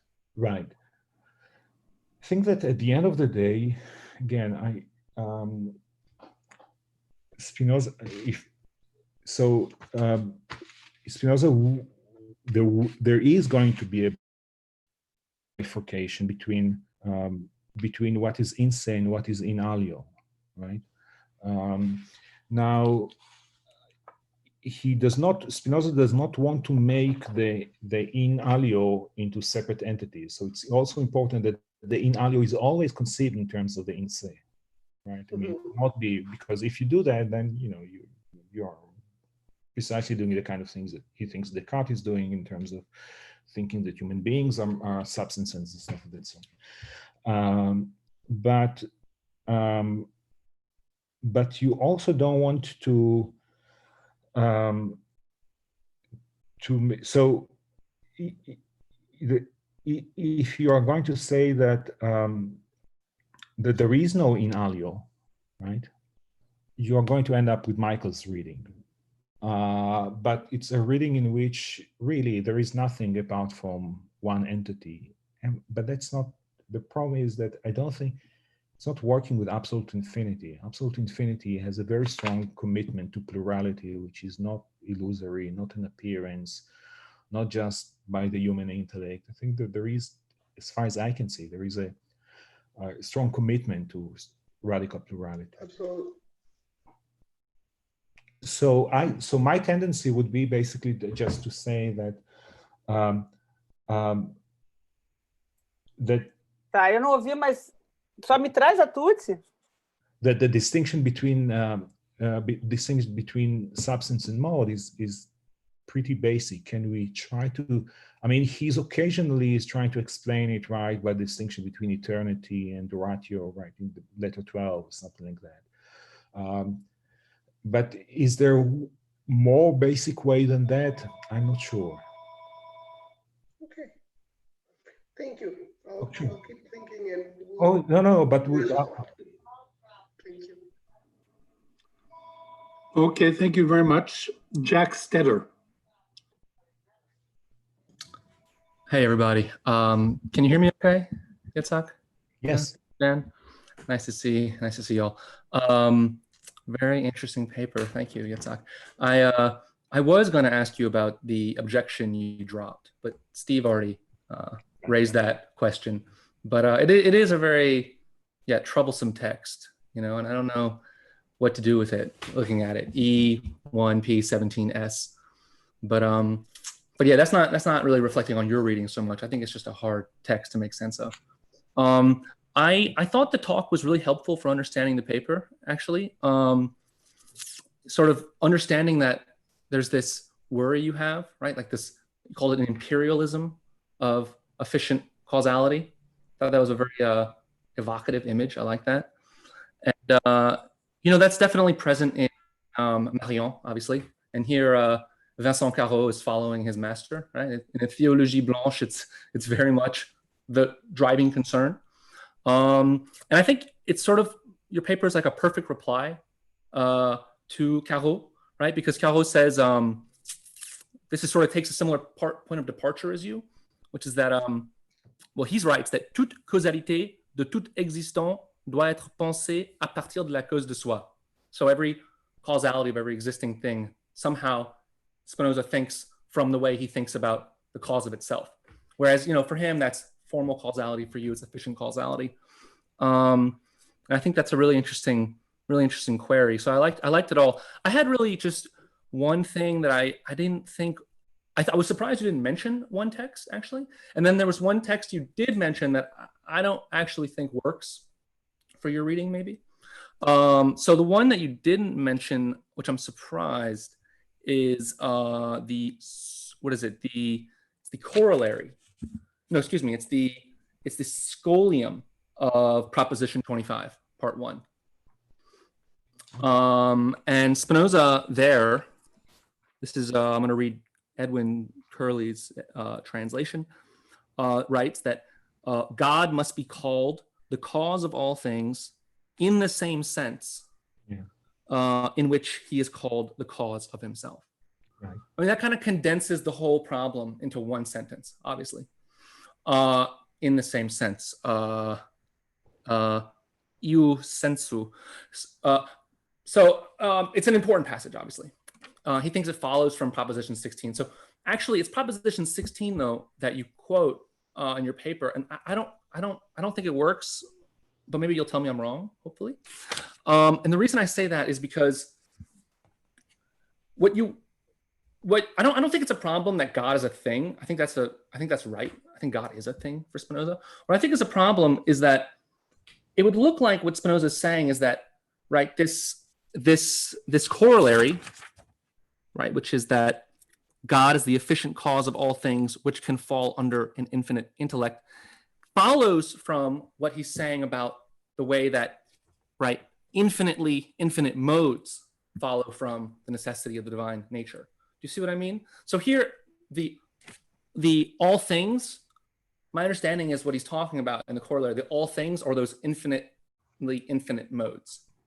So he's kind of being a little bit careless with the word thing, which is, I mean, okay, it's a word one uses a lot and it's hard to get a sort of fixed use for. But yeah, do you see what I'm kind of concerned by? Yeah, okay. There were a few things you mentioned. So in terms of the same sense of the schooling, yes, I mean, I'm sympathetic to I agree with that point. That's a ground also for Caru's reading. Mm-hmm. I think that we need to understand precisely what is the scope of the same sense. Mm-hmm. So I tend to think that means in the same way that God is the efficient cause of himself, is also the efficient cause of all other things, or something like that. I don't take, I mean, I do think that in some other respects, I mean, God is very much unlike other things. Mm. I mean, I think that when he's making this claim that there is no proportion between God and anything else, I take him to be serious about it. Mm-hmm. So that's why I think it would be important to precisely just see what is the scope of the same sense. Mm-hmm. Now, with regard to Proposition 16, you might be right. I mean, so yes, if it is a misformulation on Spinoza when you're saying that the God is efficient cause of all things which can fall under an infinite intellect, so he forgets that God himself can fall under an infinite intellect, right? That natura naturans.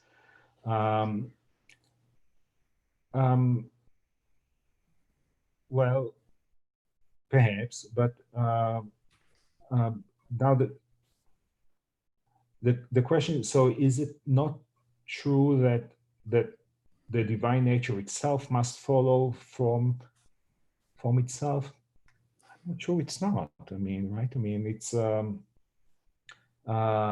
we will need just a better understanding of what is this kind of follow, but I think the follow would mean that its existence is in some way necessitated by mm-hmm. And I think it is the case that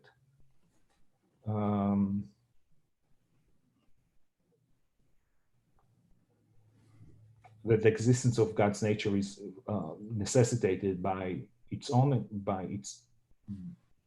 divine nature itself. So, while you're going to press the claim that it's basically just what is in the brackets that is the part of the scope of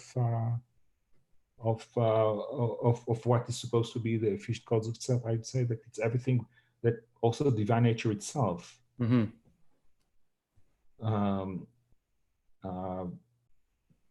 follows from itself. Yeah, I mean, I think the demonstration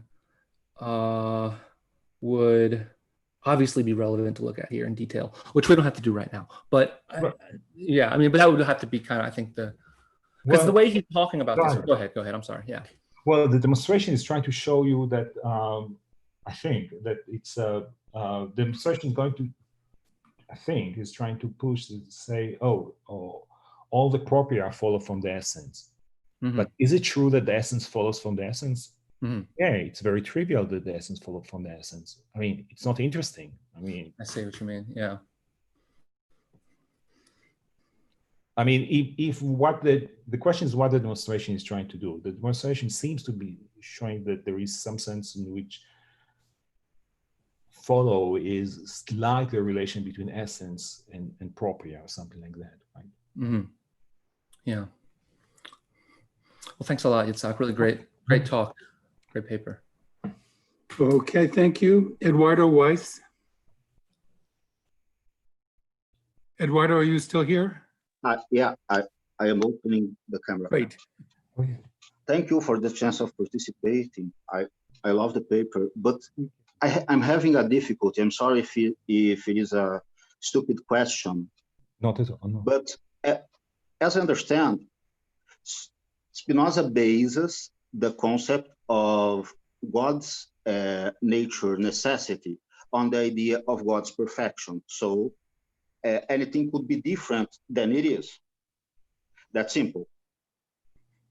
From that comes that everything that exists in God's intellect must exist in actuality. So there is no difference, no ontological difference between potence and actuality. In that three corollaries in proposition, I think 16, he says, I'm saying that out of order. Everything exists by necessity. There is no such a thing as contingency. Okay. Yes. Thus, he says,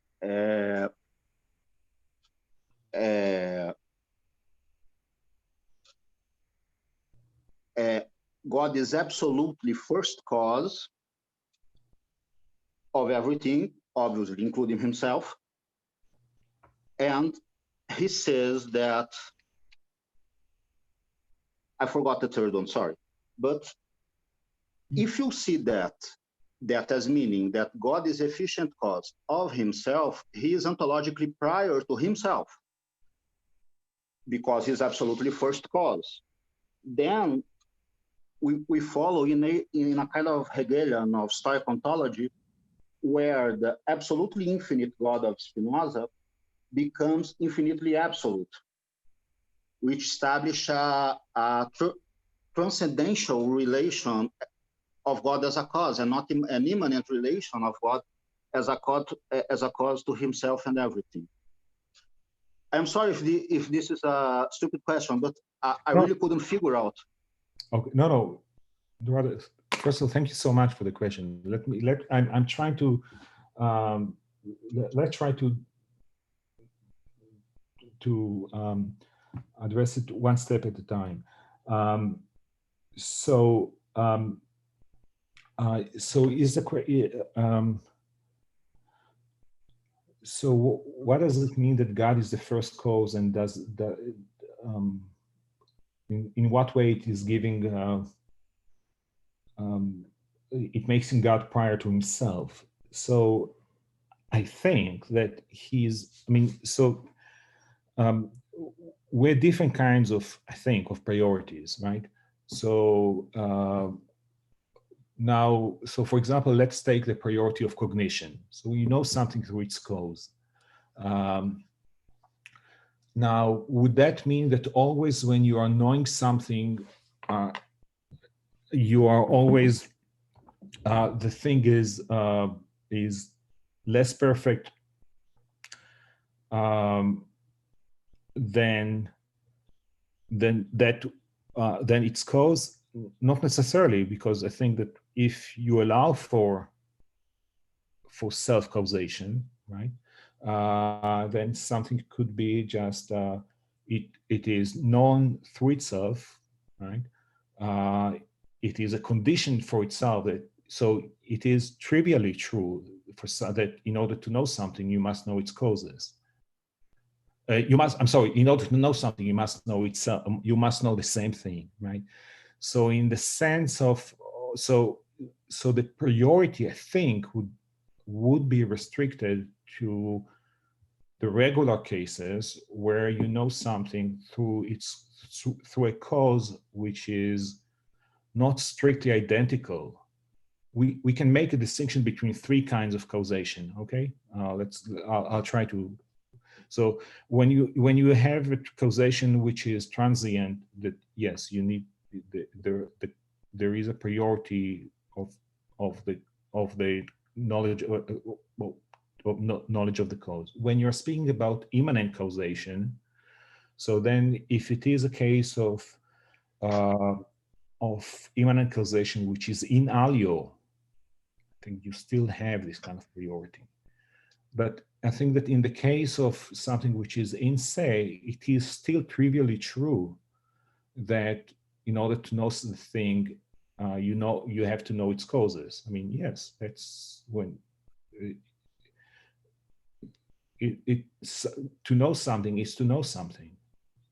It will be the kind of a trivial condition on that. No.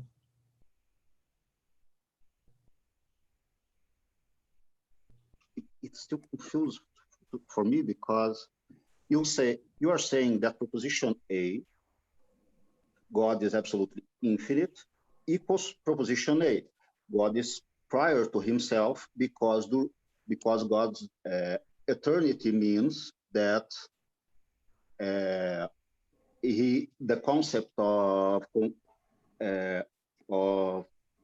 sequential causality does not apply to God. Okay, understood. That is clear for me.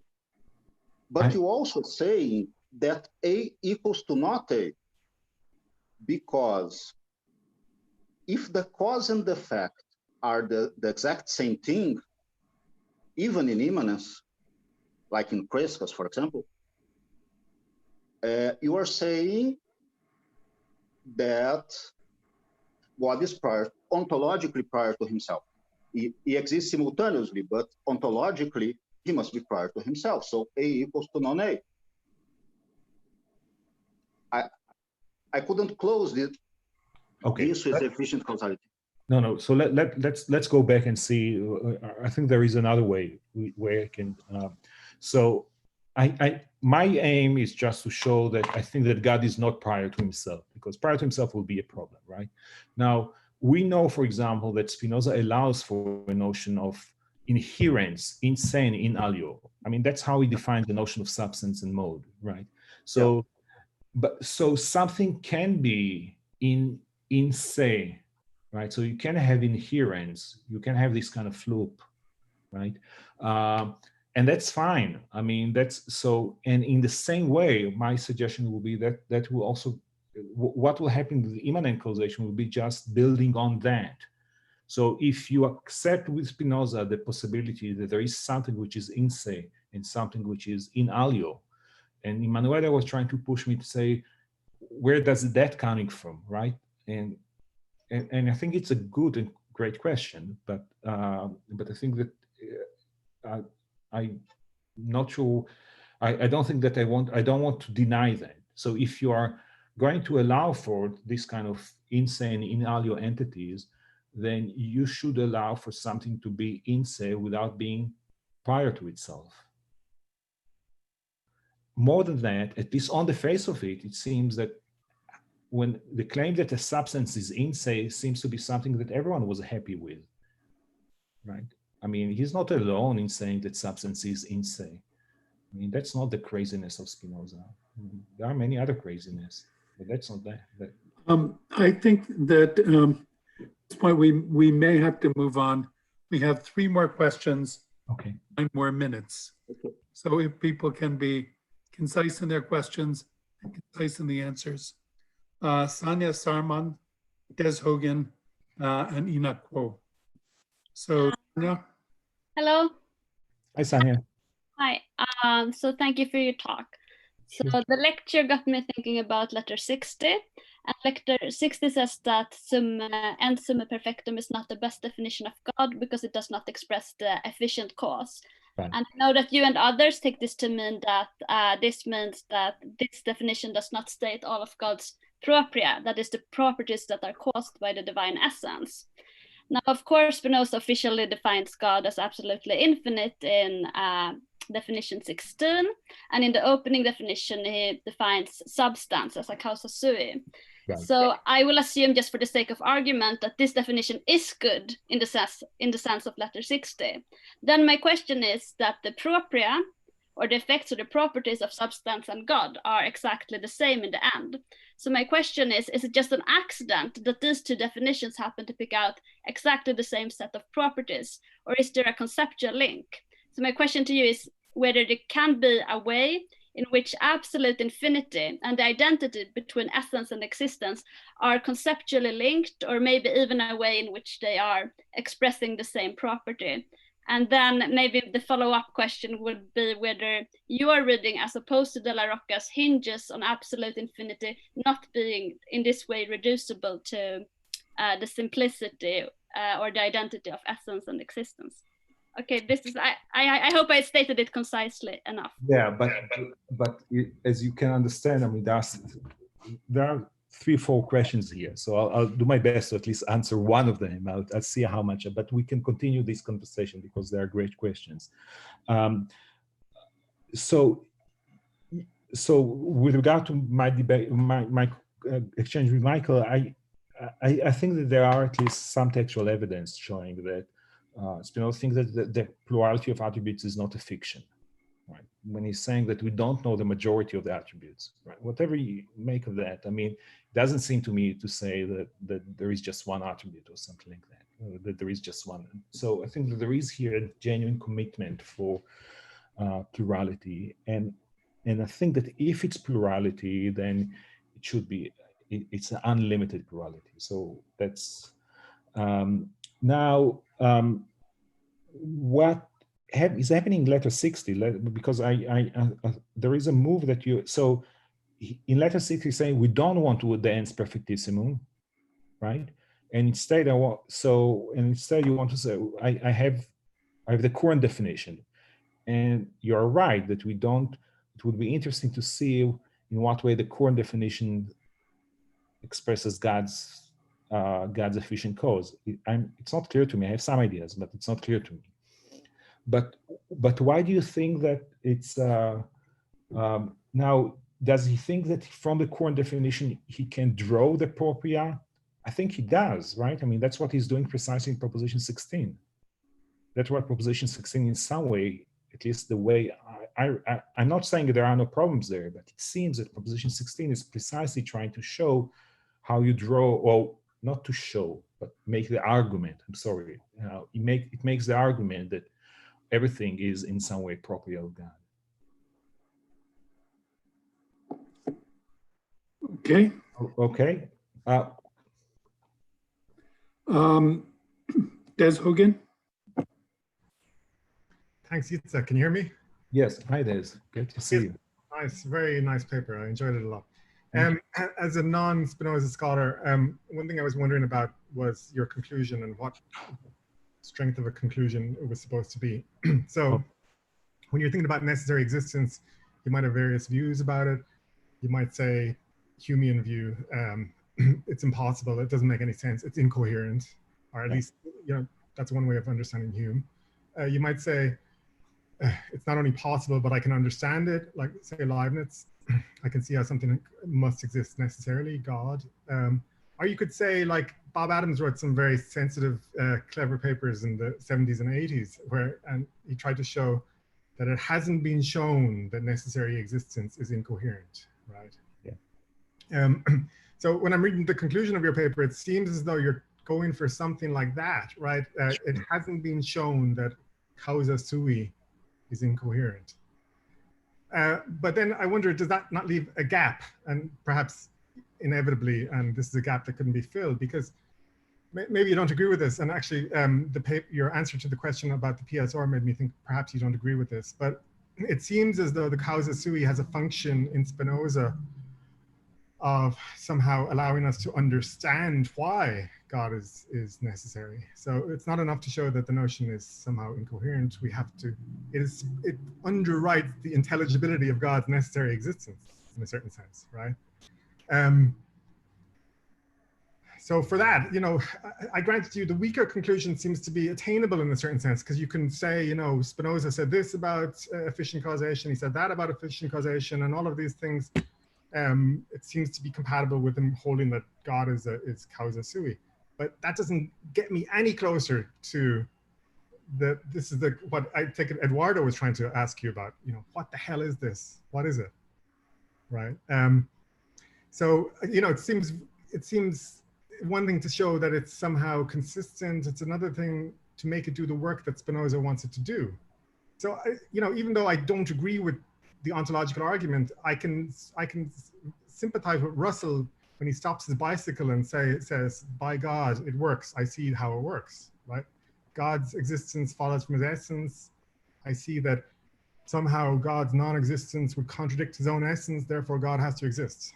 Right? You might say, it doesn't work, or it does work, but you can see how it's supposed to work. But with this Causa Sui business, I don't have a handle on, after listening to you, very interesting, very learned, but I still don't have a handle on what it's supposed to be. Okay, so I rushed the end of the paper, so I'll try to fill it out now. I thank you. I mean, it's a deep again cluster of questions, but the point is, as far as I can see, is this. I try to address somewhat of the objections which I took to be the major problems that I'm aware of with the issue of Causa Sui, and it seems to me, as far as I can say, that they are not. They have a little bit of power, but they are not very strong objections, as far as I can see. The main motivation that you find in order to reject Causa Sui. Now, why I'm hesitating to make anything more than that, because, you know, there's how many philosophical concepts we were able to prove in terms of prove consistency as you have in math. I mean, zilch, right? So that's not only true about Causa Sui. I mean, did I prove the consistency of Spinoza's definition of God? No, because you know, how do you, I mean, it's a crazy project. I mean, consistency proofs we are not even close to that, I think, in doing most of philosophical work. So my claim was basically much more modest. All I'm saying is, listen, I didn't prove consistency. I mean, consistency proofs are crazy. I think that perhaps there is one element in Spinoza's metaphysics that you might be able to prove. But that's it. So, meaning I think that you can prove the consistency, that you can prove, for example, the separation of the attributes relatively in a rigid and precise manner. But can I prove the consistency of some of its very basic, again, the definition of God would be even more problematic here. I'm not sure. I mean, and I think that so now, if Russell is happy with the ontological argument, good for him. But, you know, I want to see to what extent, I mean, the concept of God at the beginning of the ontological argument is consistent. So if Russell has a consistency proof, well, he was happy with it for one moment. He saw how it was supposed to work. But has anybody ever been happy with Spinoza's notion for one moment? You know, even for one moment. I think that may be a good question to end on. We've unfortunately run out of time. Enoch, my apologies to you for not being able to get to your question. Yitzhak, thank you very much. My pleasure. For a lovely paper and a wonderful discussion afterwards. Thank you so much, guys. It was absolutely my pleasure and great questions. So thank you. And next week, same time, same place, we're having two papers from our colleagues at Ca' Foscari University of Venice, Charles Wolfe on problems in the history of materialism, and Omar Del Nono on Spinoza's account of imagination and the Baconian legacy.